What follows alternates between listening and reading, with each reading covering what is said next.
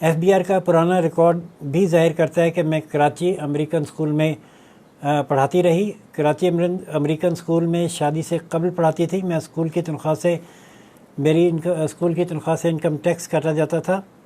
میں نے کراچی کے پاس میں نے آر ٹی او کراچی کے پاس اپنے ٹیکس گوشوارے جمع کروانا شروع کیے. میرا وکیل میرے ٹیکس گوشوارے جمع کرواتا تھا. جسٹس قاضی فیض عیسیٰ کی اہلیہ کا مزید کہنا ہے کہ کئی دہائیوں تک امریکن اسکول میں پڑھانے کے بعد انہوں نے استعفیٰ دے دیا.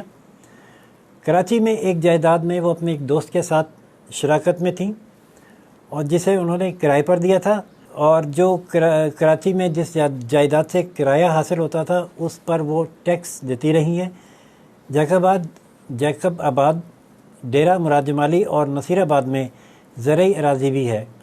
میرے وکیل نے بتایا کہ زرعی اراضی پر انکم ٹیکس کا اطلاق نہیں ہوتا. ایف بی آر نے مجھ سے لندن کی 3 جائیدادوں کی فروخت کے معاہدے کی کاپی مانگی ہے.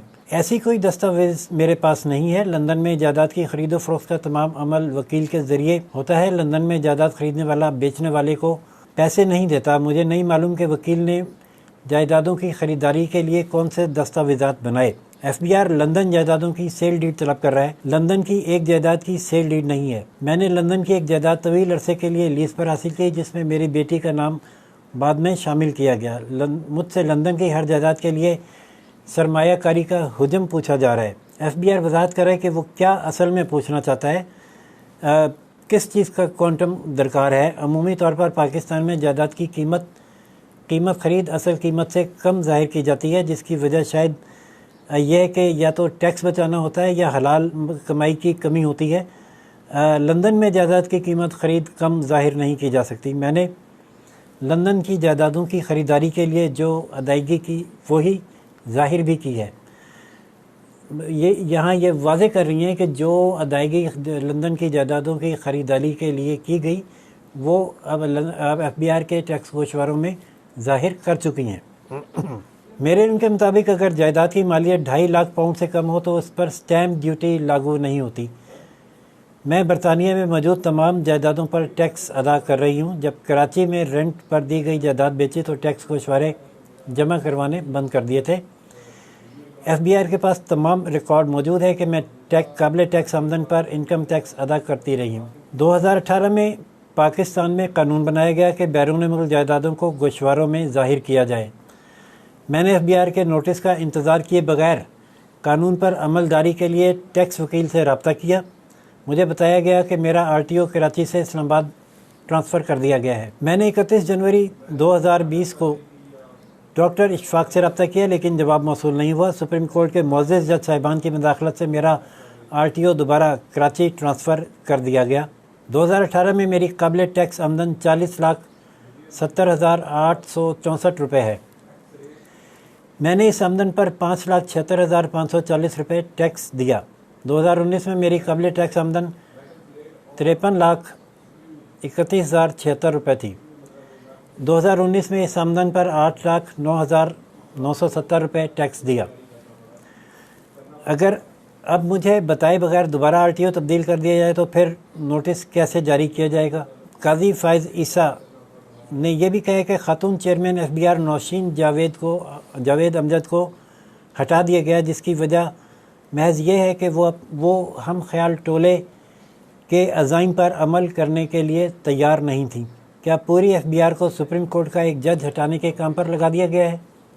یہ بہت ہی سخت سوال ہے جو مسز قاضی فائز عیسیٰ نے کیا ہے، اور اس کے بارے میں وہ یہ تمام باتیں جو اوپر انہوں نے بتائی ہیں وہ خاص طور پہ جو میڈیا پر ان کے خلاف کیمپین ہوئی، ایون اسٹک لے کر چلنا بھی جو ہے ان کے لیے جرم بنا دیا گیا، اس کا بھی انہوں نے تذکرہ کیا. اور صرف یہ جسٹس قاضی فائز عیسیٰ کی اہلیہ یہ پوچھنے میں یقیناً حق بجانب ہے کہ صرف 3 ماہ کے لیے نیا چیئرمین ایف بی آر لگانا کیا اوپر سے ملنے والی ہدایات کا تسلسل نہیں ہے؟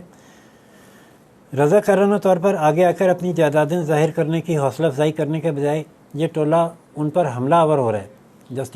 مسز قاضی فائز عیسیٰ پر حملہ آور ہو رہا ہے اور ان کی تضحیک کے لیے نت نئے طریقے اختیار کر رہا ہے.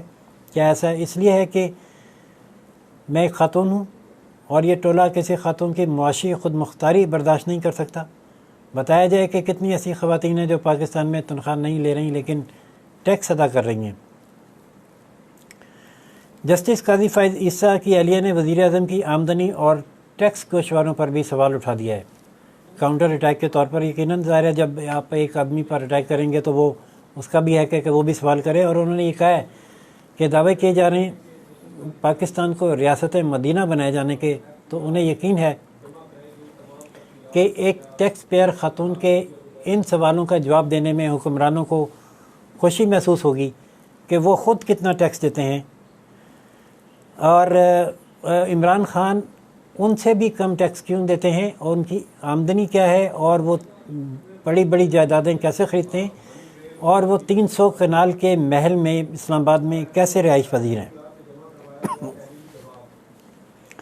کیا ایف بی آر کو عمران خان، مرزا شہزاد اکبر، سابق اٹارنی جنرل انور منصور اور سابق وزیر قانون فروغ نسیم سے یہ نہیں پوچھنا چاہیے کہ انہوں نے میرا پراپرٹی ریکارڈ غیر قانونی طور پر حاصل کر کے کیسے پبلک کیا؟ میں کسی کو ان معاملات میں گھسیٹنا نہیں چاہتی، لیکن گزشتہ 1 سال سے مجھے مجرم کی طرح ہراساں کیا جا رہا ہے اور میری تصدیق کی جا رہی ہے۔ مجھے الزام نہ دیا جائے تو کیا میں عمران خان، عبدالوحید ڈوگر، شہزاد اکبر، فروغ نسیم اور اشفاق احمد سے پوچھ سکتی ہوں کہ وہ اپنے بیوی بچوں کے گوشوارے کب ظاہر کریں گے؟ مجھے ان کے گوشواروں کی کاپی دی جائے اور بتایا جائے کہ انہوں نے انکم ٹیکس کب سے اور کتنا دینا شروع کیا ہے۔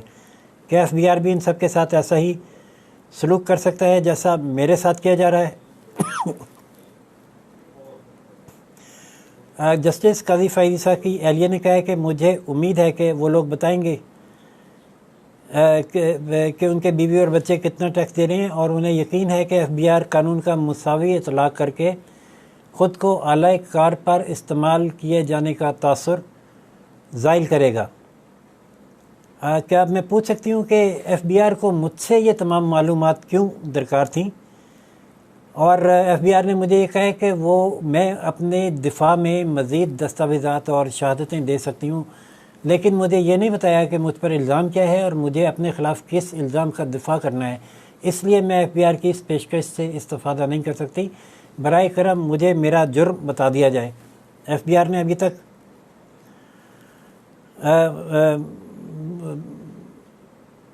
تاکہ میں ایف بی آر کی آفر سے استفادہ کرتے ہوئے مزید گوشوارے اور دستاویزات اگر میرے پاس کوئی ہوں تو جمع کرا دوں۔ آخر میں دستاویزات میں 2018-19 کے ٹیکس گوشواروں کی تفصیلات بھی شامل کی گئی ہیں۔ تفصیلات میں لندن جائیدادوں کی خریداری، رقوم کی بیرون ملک منتقلی سمیت منی ٹریل کی دستاویزات اور ریکارڈ کی تفصیلات منسلک کی گئی ہیں۔ ناظرین، اس کی ایک جھلک اگر میں آپ کو دکھا سکوں تو وہ دستاویز کچھ یوں ہیں مکمل تفصیل کے ساتھ، اور یہ تقریباً 30 صفحات کا ایک ریکارڈ ہے جو ایف بی آر میں جمع کروایا جا چکا ہے۔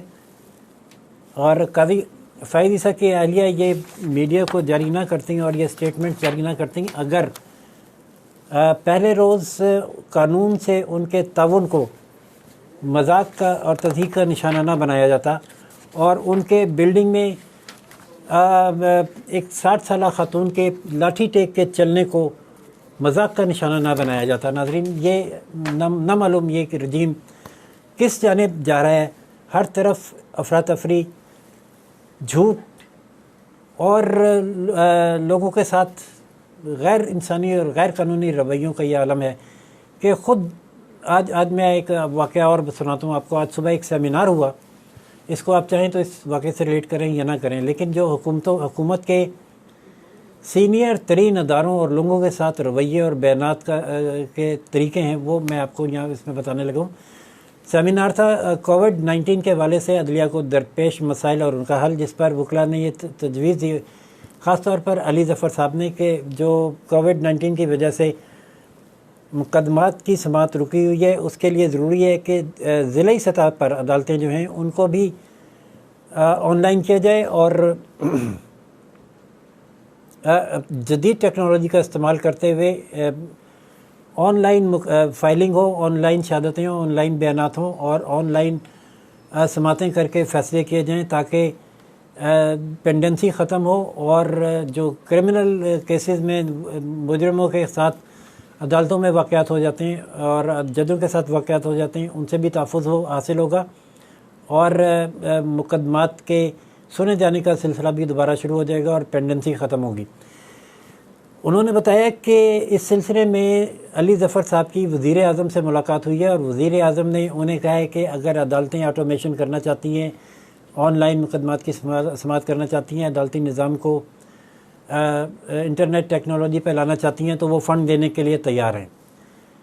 یہ اعلان کر کے وہ چلے گئے، جس کے بعد سینئر ترین جج جسٹس مشیر عالم روسٹر پر آئے اور وہ بھی اسی والے سے خطاب کر رہے تھے۔ انہوں نے حیرت کا اظہار کرتے ہوئے کہا کہ ظفر علی صاحب کی تجاویز جہاں بہت اچھی ہیں، ان تجاویز پر ہم پہلے سے کام کر رہے ہیں۔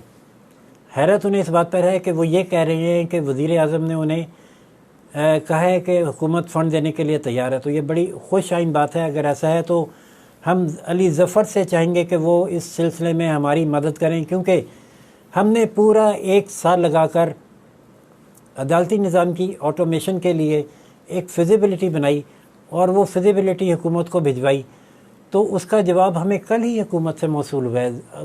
پرانی بات نہیں ہے، بہت پرانی بات بھی نہیں ہے، کل یسٹرڈے حکومت نے جو ذمہ داران ہیں ان کو تحریری طور پر صاف بتا دیا ہے کہ ان کے پاس، حکومت کے پاس اس کام کے لیے فنڈ نہیں ہے، اور جبکہ ایک ہی روز پہلے وہی وزیر اعظم علی ظفر صاحب سے کہہ رہے ہیں کہ اگر آپ آٹومیشن کرنا چاہتے ہیں ہم آپ کو فنڈ دینے کے لیے تیار ہیں۔ ناظرین، کیا رویے اور کیا طریقے ہیں اس حکومت کے؟ کیا یہ آپس میں کسی کی کوارڈینیشن کی کمی اور زیادتی کا شکار ہے، یا یہ حکومت اس قدر کنفیوز ہے کہ اس کو یہ معلوم ہی نہیں ہے کہ کس سے کب اور کیا بات کرنی ہے؟ چاہے وہ قانونی معاملات ہوں، چاہے وہ مقدمات کے معاملات ہوں، چاہے وہ سینئر ترین ججز کے خلاف ریفرنس کے معاملات ہوں، یا عدالتی نظام کی آٹومیشن کی بات ہو، فنڈ کی فراہمی کی بات ہو، ہر جگہ تضاد غیر ذمہ دارانہ رویے، لاقانونیت سرایت کر چکی ہے نیچے سے لے کے اوپر تک۔ یہ ہے اس وقت ملک کی ٹوٹل اور مجموعی صورتحال۔ اس کو اب ناظرین کیسے دیکھتے ہیں؟ میرا کام رپورٹ کرنا تھا، میں نے کر دیا۔ جسٹس قاضی فائز عیسیٰ کے اسٹیٹمنٹ بھی، ان کو ڈاکومنٹس بھی، ان کا جو بیان انہوں نے جاری کیا، جو تفصیلات انہوں نے جو جواب FBR میں جمع کروایا، اس کا اردو ترجمہ کر کے میں نے آپ کو بتا دیا، اور جو آج سیمینار میں بات ہوئی علی ظفر اور جسٹس مشیر عالم صاحب کی، وہ بھی آپ کو بتا دی۔ اس پر کمنٹ کرنا آپ کا حق ہے، آپ کے کمنٹ کا منتظر رہوں گا۔ چینل کو لائک، سبسکرائب اور شیئر کرنا نہ بھولیے۔ بیل کا آئیکن دبائیں گے تو نیکسٹ اپڈیٹ بھی آپ کو بر وقت مل جائے گی۔ اسی کے ساتھ اجازت دیجیے راشد حبیب کو، روشن پاکستان نیوز سے۔ اللہ حافظ۔